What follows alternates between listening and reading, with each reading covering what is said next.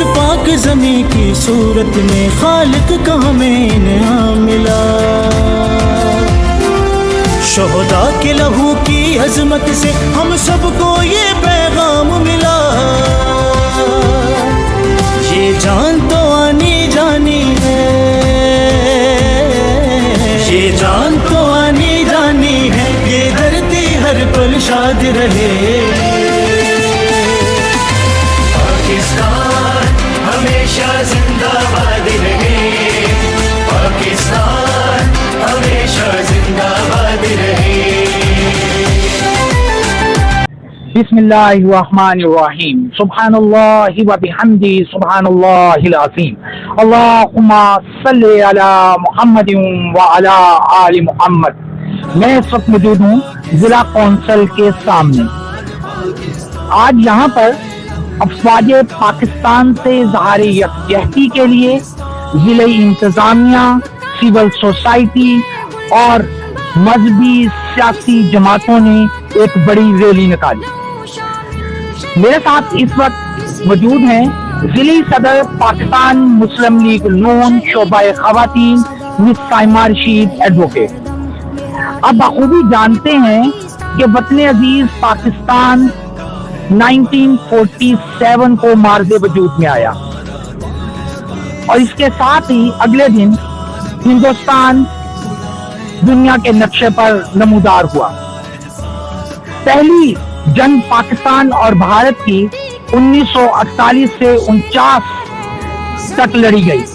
یہ ایک محدود پیمانے پر لڑی جانے والی جنگ تھی جو کہ کشمیر کے مسئلہ کو لے کر لڑی گئی۔ دوسری جنگ 1965 یہ بھی کشمیر کے مسئلہ کو لے کر ہی لڑی گئی۔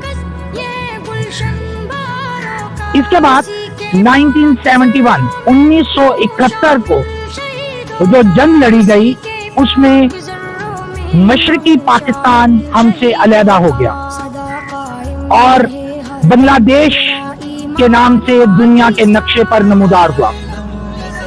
بھارت نے پہلے دن سے ہی پاکستان کو ایک علیحدہ اسلامی ملک کے طور پر تسلیم نہیں کیا۔ ہمیشہ سے مختلف وقتوں میں اور محدود پیمانے پر جھڑپیں اور جنگیں جاری رہیں۔ اسی کی دہائی میں سیاچین کے مسئلے کو لے کر محدود پیمانے پر بھی جنگ لڑی جاتی رہی۔ 82-83 میں سیاچین کے مسئلے کو لے کر مختلف قسم کی جھڑپیں دیکھنے اور سننے کو ملتی تھی، لیکن پاک فوج نے وطن کی حفاظت کے لیے اپنی جانوں کے نذرانے پیش کیے۔ ایک دفعہ پھر 1999 میں کارگل کے مقام پر ایک محدود پیمانے پر جنگ لڑی گئی۔ پاکستان اس وقت ایک ایٹمی طاقت بھی بن چکا تھا۔ میں مس سائمہ رشید ایڈوکیٹ صاحبہ سے پوچھوں گا کہ خواتین میں وہ کیا جذبہ دیکھتی ہیں، خاص طور پر اسکول کالجز کی جو بچیاں ہیں بھارت کی آبی جارحیت کے حوالے سے اور موجودہ جو جھڑپیں ہیں اس میں وہ کس حد تک جو ہے وہ پاک فوج کے شانہ بشانہ لڑنے کے لیے تیار ہیں۔ جی مس سائمہ رشید ایڈوکیٹ۔ بسم اللہ الرحمن الرحیم۔